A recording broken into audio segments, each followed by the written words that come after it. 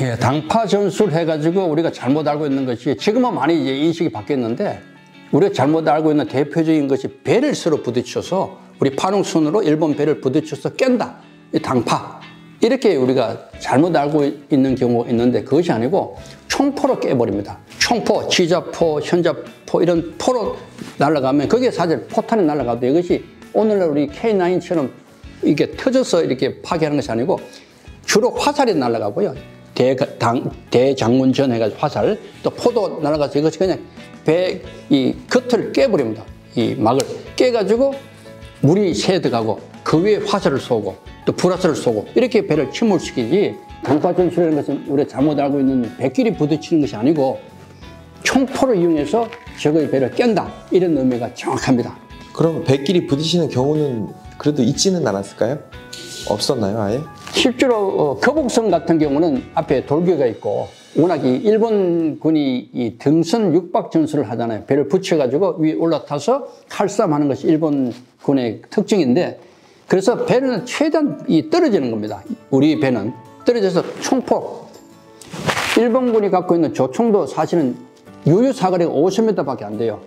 조금 더 날아가면 100m 이 사이에서 왔다 갔다 하는데 우리 배들은 200m 정도 떨어져서 총포로 때리거든요. 그러나 거북선만큼은 이게 돌격선이기 때문에 실제로 아주 가까이 붙습니다. 붙어도 괜찮은 것이 위에 침이 있잖아요. 덮어버리고 올라탈 수가 없어요. 그래서 거북선으로는 앞에 이 부분으로 돌기, 도깨비 머리로 이렇게 충돌하는 경우는 있겠지만은 파농선으로는 그렇게 안 합니다.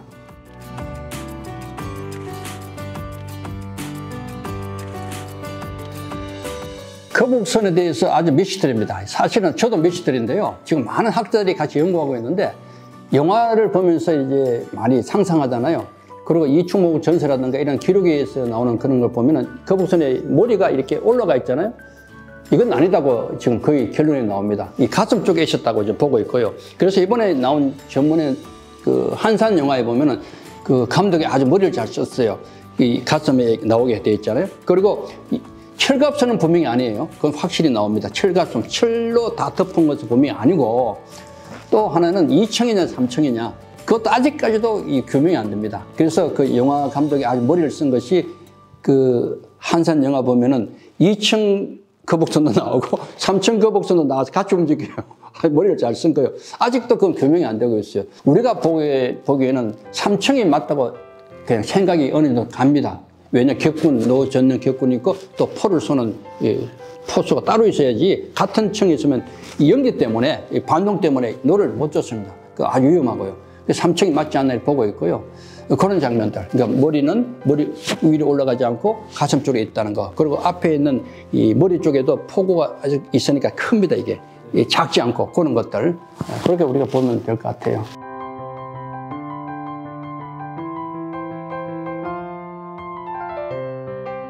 원래 거북선은 단독으로 움직이지는 않아요. 이순신 장군이 참 대단한 것이 하객진에 있잖아요. 하객진. 항상 하객진에는 이게 한 모양의 진영을 만들고 거북선을 중앙에 출동시켜요. 그러니까 하객진이라는 이 포위망 가지고 거북선을 움직일 때 어떤 역할을 하는가 하면은 주로 선두에 있는 적선 또 대장선을 중심으로 때려버립니다. 가까이 가서 겁을 주는 거죠. 실제 파괴도 하고요. 그럼 어떤 일이 벌어지는가 하면은 이 지휘관들이 정신을 놓아버립니다. 그 공포의 배로 인식이 돼요. 일본 지휘관도 마찬가지고 수군들이 볼 때도 굉장한 공포심을 느껴요. 그래서 맹선이다, 장림배다 이렇게 표현하고 또 뭐 여러 가지 표현을 많이 해요. 복하이센 그러고 이렇게 표현하면서 이 거북선의 역할은 이 정신을 무너뜨리는 아주 중요한 역할을 합니다. 그리고 이 하객진으로 해서 집중 사격을 하게 되는 거죠. 그러니까 거북선은 이전에 본래 그 180년 전에 이미 있었거든요. 있었는 태종실록에도 나오지만 그때의 모습하고 많이 달라요. 이순신이 돌격선으로서 적지휘관의 정신을 노렸다는 이 점은 굉장히 중요한 부분입니다.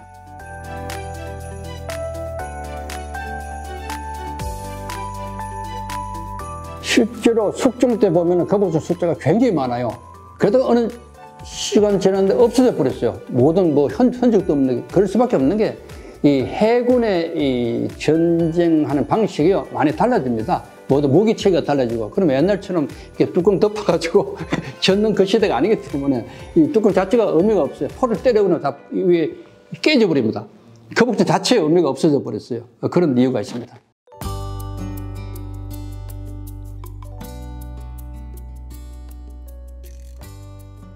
우리가 잘 아는 이순신의 명언 하면은 필사적생 이렇게 말하잖아요. 그것이 명량해전 하루 전에 일어났던 일인데요.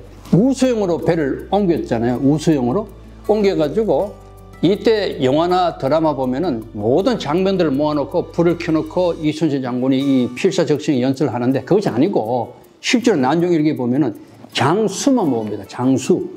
병사들은 쉬게 합니다. 이 점도 굉장히 우리가 주목해야 됩니다. 장수가 중요하거든요. 리더가. 그래서 리더의 정신을 똑바로 만들기 위해서 유명한 필사적생, 필생적사의 연설을 합니다. 반드시 죽고자 하면 살 것이고 반드시 살고자 하면 죽는다. 그리고 일부 당정 족구 천부라. 한 명이 목을 막으면 1000명을 두렵게 할 수 있다. 이런 아주 유명한 연설을 하게 되거든요. 그래서 이 필사적생의 연설을 이렇게 받았던 장수들이 그 순간만큼은 야, 나도 죽을 각오로 한번 싸워봐야 되겠다. 이런 각오를 했지 않겠습니까?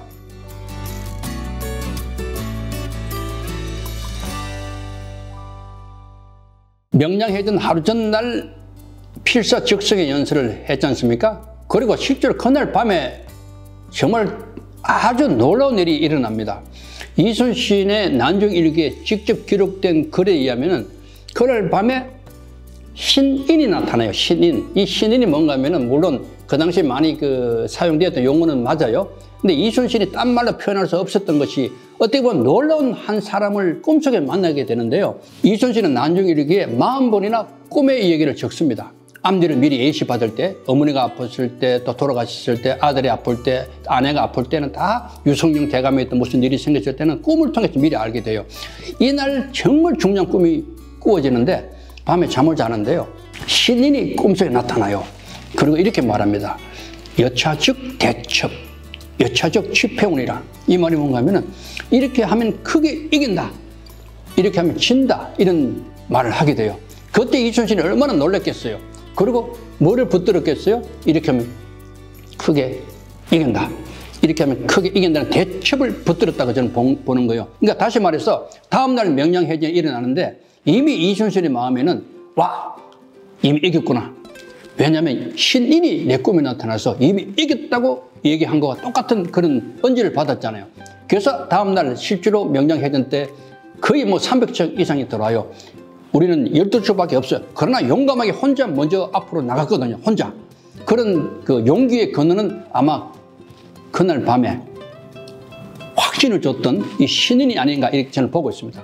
굉장히 중요한 장면입니다. 그게 이제 난중일기 기록이 되어 있는 거죠? 예, 난중일기에 직접 찍었던 걸 제가 그 사진을 찍어왔어요. 원본을.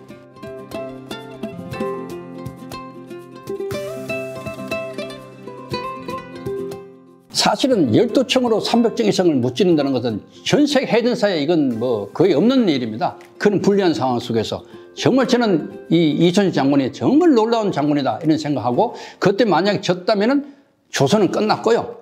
지금 우리 대한민국이 없습니다. 저는 절체절명의 우리 역사의 위기를 이때로 봤는데 그 놀라운 전쟁에서 이겼단 말이에요. 12척으로. 그때 많은 사람이 와서 이순신에게 어떻게 이 전쟁을 이길 수 있었느냐고 다들 물을 거 아닙니까? 그때 이순신 장군이 난중일기에 적었어요. 어떤 글이냐면은 차실천행, 차실천행. 이 말이 뭔가 하면 이것은 실로 하늘의 행운이다, 하늘이 도왔다는 그 말을 하게 됩니다.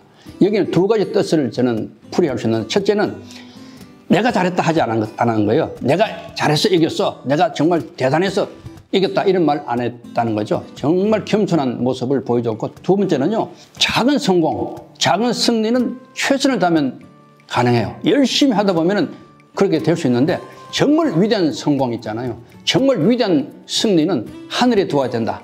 이것을 제가 말씀을 드리는 거예요. 차실천행이다.